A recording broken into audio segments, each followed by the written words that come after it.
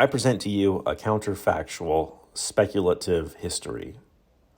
What if the Vikings navigated the Northwest Passage and discovered an island in the Pacific? As you can see from the map, the island is roughly in a triangle between Vancouver, Canada, and Anchorage, Alaska, although the location is roughly indeterminate for our purposes. Also, while it is a volcanic island, roughly the size and nature of Iceland, it's not Iceland. I am simply using the photo for reference purposes because I'm lazy and can't draw. On the morning of April 23rd, 1778, the lookout aboard HMS Resolution cried out, "Land ho!" The words cut through the air, and Captain James Cook, who had been examining charts in his cabin, emerged swiftly onto the deck. Through the haze of mist, an island began to reveal itself on the horizon, a rugged, mountainous landmass framed by dense green forests. Cook raised his spyglass and surveyed the unfamiliar coastline with a practiced eye. The day being St. George's Day, he immediately christened the discovery St. George's Isle and ordered the ship to approach cautiously. As the HMS Resolution and Discovery drew nearer, the crew noticed particular signs of human habitation, smoke rising from clusters of dwellings along the shoreline, fields carved in the hillsides, and boats unlike they had seen before pulled up along the beach. These vessels were long and narrow, with a distinctly ancient design that seemed straight out of a history book. They were miniature versions of Viking longships. When the islanders appeared on the shore, the crew's astonishment grew. The people were tall and fair-haired, some with braids in their beards, and whose garments bore an uncanny resemblance to the depiction of Norsemen in old sagas. Cook's immediate reaction was cautious but inquisitive. Lowering a small boat, he and a small party approached the shore under a flag of truce. Cook marveled at the situation, jotting notes furiously into his journal. "Here, in a remote corner of the Pacific," he wrote, "we find a people who appear as relics of Europe's past, living as though untouched by the tides of time." He surmised that these people were descendants of Norse explorers who found the Northwest Passage. How they had survived and thrived on this island was a mystery that both vexed and thrilled him. The discovery of St. George's and the subsequent accounts of its Viking-descended inhabitants became a pivotal moment in the history of exploration, particularly in the search for the Northwest Passage. Native islanders' oral traditions hinted at a remarkable maritime journey centuries earlier. These legends, though fragmented and poorly preserved, suggested that their ancestors had reached the Pacific through a navigable Arctic route. Though we now know the Northwest Passage is mostly iced in year-round, requiring an icebreaker for at least parts of the journey, even in summer, modern research indicated such a journey was possible during a period of climatic warmth in the 11th century. The Viking inhabitants of the island recounted tales of a homeland far to the northeast, across an ocean and frozen lands. Although their history had been eroded by time, key details suggested that their forebears had ventured through the Arctic, possibly exploring it during an ice-free period. Cook, inspired by these accounts, speculated the Vikings of Greenland and Vinland had pushed further westward, ultimately reaching the Pacific. These theories, while lacking concrete evidence, made sense to the islanders' linguistics and cultural ties to Scandinavia. The legends of the Pacific Vikings, as they came to be called, invigorated British and European interest in the Northwest Passage. If their ancestors had succeeded in navigating the Arctic centuries earlier, it suggested that such a route might exist, even if only seasonally. This belief drove renewed exploration, particularly by the British Admiralty, which sought to confirm the feasibility of Arctic navigation. In the mid-11th century, the Norsemen had already established settlements across the North Atlantic. North America was no longer a myth. Vinland, Helluland, and Markland were real lands, filled with resources and new opportunities. However, whispers of another great sea far to the west began circulating amongst the Norse explorers beyond a frozen wilderness. They spoke of a land of fire and ice, of great bears and strange creatures.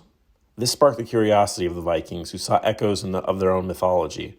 Could this be Utgard, the legendary realm beyond the known world?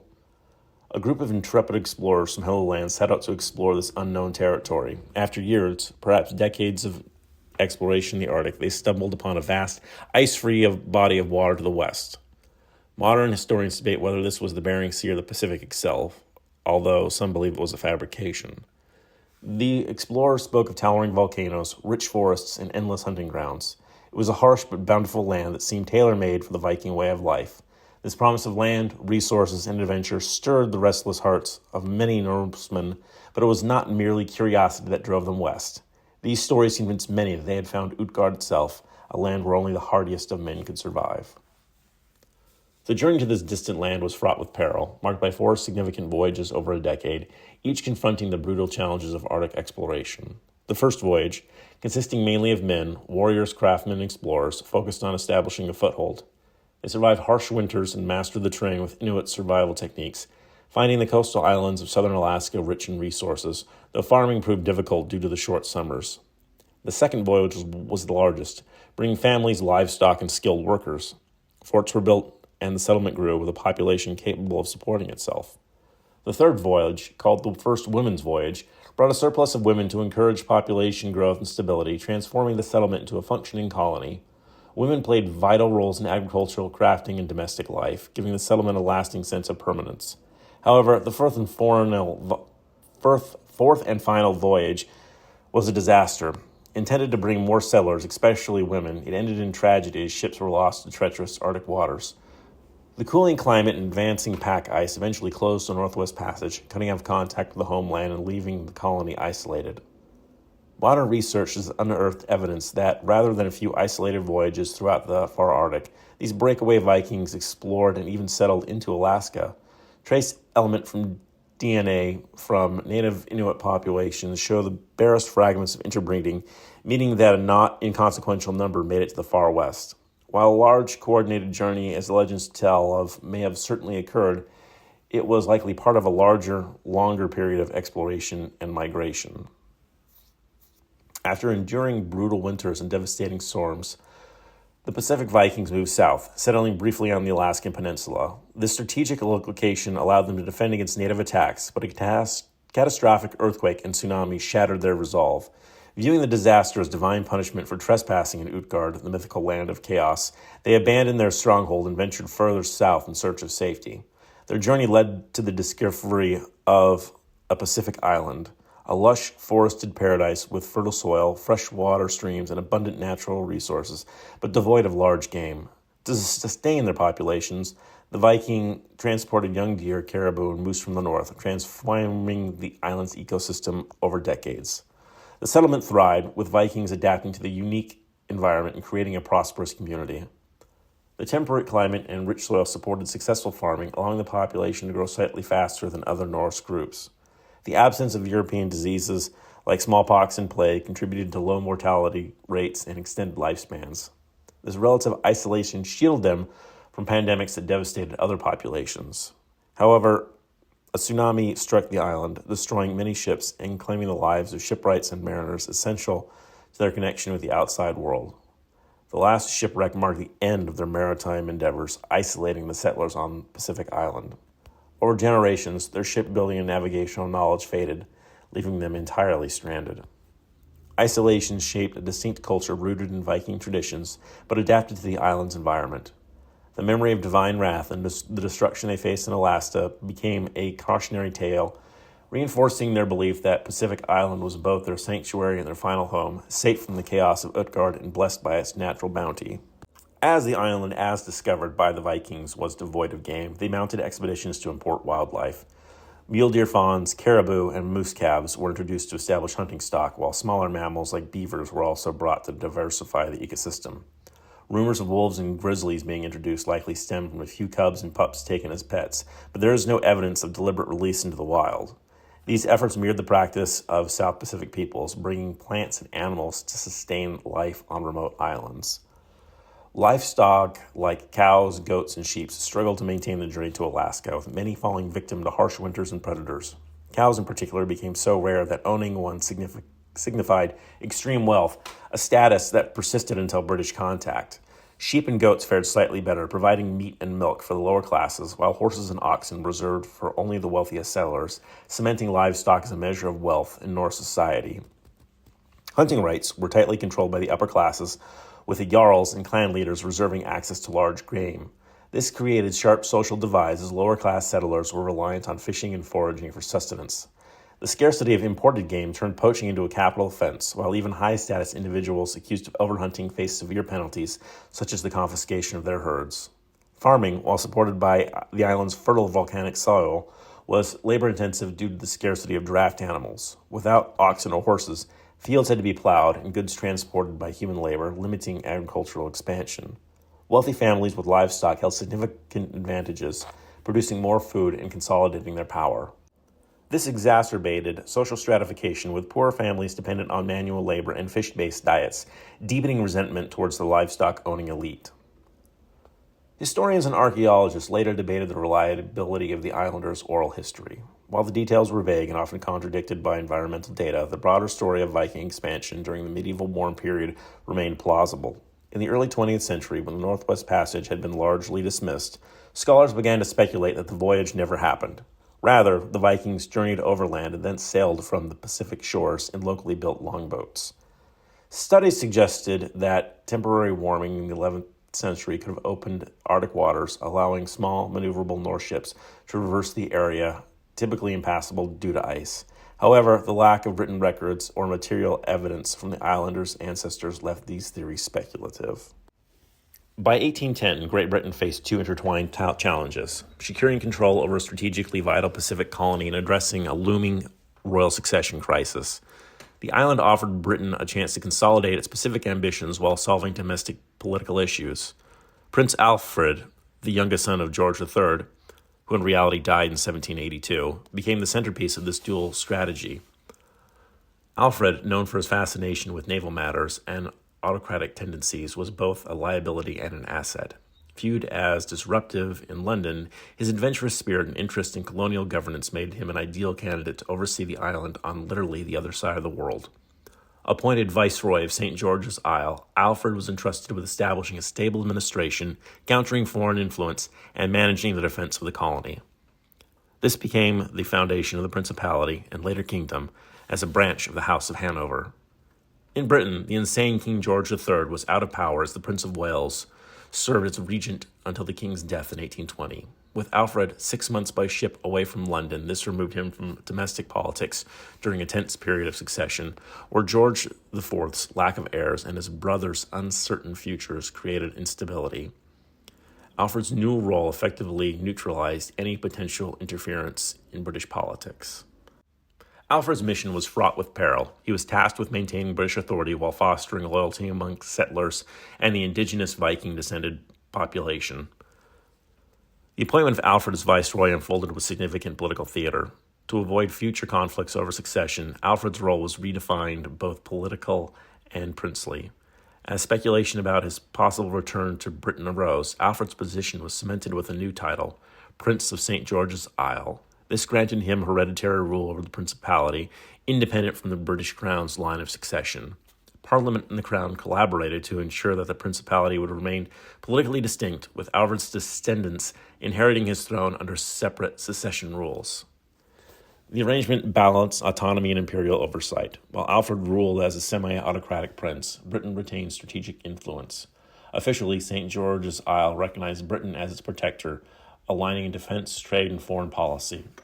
Alfred managed local governance and urgent security matters, with decisions often made independently due to the immense distance and slow communication with Westminster. Over time, this autonomy evolved into formal legislative structures, with the Island Council transforming into a parliament. Strategically, St. George's Isle became a critical naval base, supporting Britain's dominance in the Pacific. Alfred oversaw local military forces while coordinating with the Royal Navy, ensuring the island served as a resupply hub and staging ground. The Principality's resources, timber, fish, and furs, contributed to its popularity and importance. Meanwhile, Alfred's governance reflected his personal style, decisive and autocratic, and focused on maintaining order. His princely role allowed him to consolidate loyalty amongst the diverse population, including the Viking-descended inhabitants, who became a unique cultural feature of the colony. By creating an autonomous principality under Alfred, Britain solved two pressing issues. St. George's Isle secured its Pacific ambitions, countering foreign rivals and providing a vital naval outpost. Domestically, Alfred's separation from British politics and royal succession stabilized the monarchy, paving the way for his brother's and ultimately Queen Victoria's reign. The principality remained a loyal part of the British Empire throughout the 19th century. After Alfred's death and the growing importance of St. George's Isle, British officials sought to assert greater control over its governance, facilitated by faster communication and the importance of imperial consolidation. Initially granted autonomy, the island faced mounting interference as London prioritized aligning its policies and imperial goals. The original British intent was to gradually phase out the island's principality, transitioning it into a governor-generalship. Under this system, each heir of the principality required confirmation by the British Parliament to ascend, ensuring the British crown retained ultimate authority.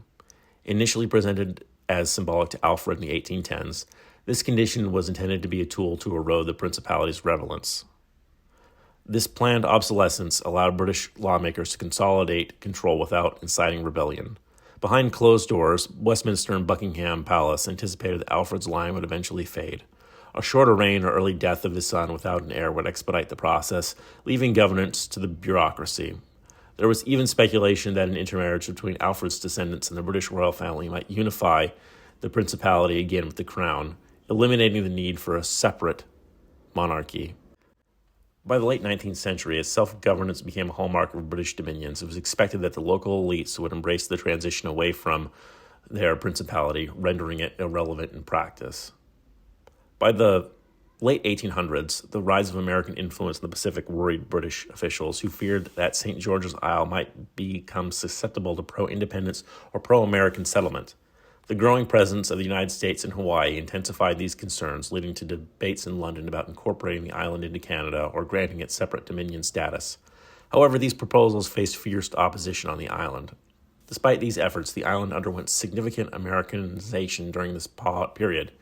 American settlers, businesses, and cultural exports began reshaping the local society, making the island feel more American than British in many respects. While overt independence movements remained fringe discussions, the seeds of discontent were planted, particularly after World War I. The island's contribution to the war effort went largely acknowledged, leading its leaders and people feeling neglected by the British Empire. In the post-war climate of economic hardship and growing self-determination, the island's parliament, emboldened by American support, declared independence and elevated the prince to a king. The United States swiftly recognized the new kingdom of St. George's Isle, using the opportunity to counter British influence in the Pacific. This act deepened Anglo-American tensions as Britain refused to recognize the island's independence for several years, drawing parallels to its later stance on Rhodesia's unilateral declaration of independence in the 1960s. The kingdom quickly aligned itself with American interests, modernizing its infrastructure and entertaining proposals for a U.S. naval base. This alignment signaled a shift in the Pacific balance of power, transforming the island into a symbol of Anglo-American rivalry in the 1920s. The new monarchy, while asserting loyalty to its own people, became a tool for the United States to project influence, troubling Britain as it struggled to maintain its waning imperial dominance in the region. Today, the island thrives with a population nearing 10 million and a GDP that places it among the top 20 economies, comparable to nations like the Netherlands and Saudi Arabia. Its prosperity is built on a diverse economic base: mining, oil production, fishing, manufacturing, and financial services, with data hosting emerging as a major sector due to the island's abundant, cheap electricity generated by geothermal and hydroelectric sources. This modern economy is deeply integrated with global markets, with strong ties to both the United States and other Pacific Rim nations. Culturally, it has a distinctly American character, more akin to Canada than Australia or New Zealand, shaped by a century plus of American influence. While the island remains outside of NATO, it has been a key NORAD partner since the 1950s, contributing to continual defense. Its strategic location and military cooperation make it a crucial player in Pacific security. St. George's constitutional monarchy has endured as a stabilizing institution, tracing its lineage back to Prince Alfred and the Viking settlers who forged a unique culture on the island. The monarchy, though largely ceremonial today, enjoys widespread public support, symbolizing continuity and national identity. If you enjoyed that counterfactual, let me know. There's a lot more information I've written up that I can put out in both written and recorded forms. I'm not really a fan of videos, but that is the way things are moving these days. So if it's something that you all enjoy, I will put more out. And if they become really popular, I can put more effort into producing a higher quality version. But due to costs and the fact that I'm lazy, there's not much production value invested here. And sorry about the voice acting. I'll have to work on that if anyone does care. So please let me know if you want more of this. There is a whole bottom 2/3 of the iceberg left, and I'm still working on the ideas. This could be an entire series of things that I've thought about. So let me know.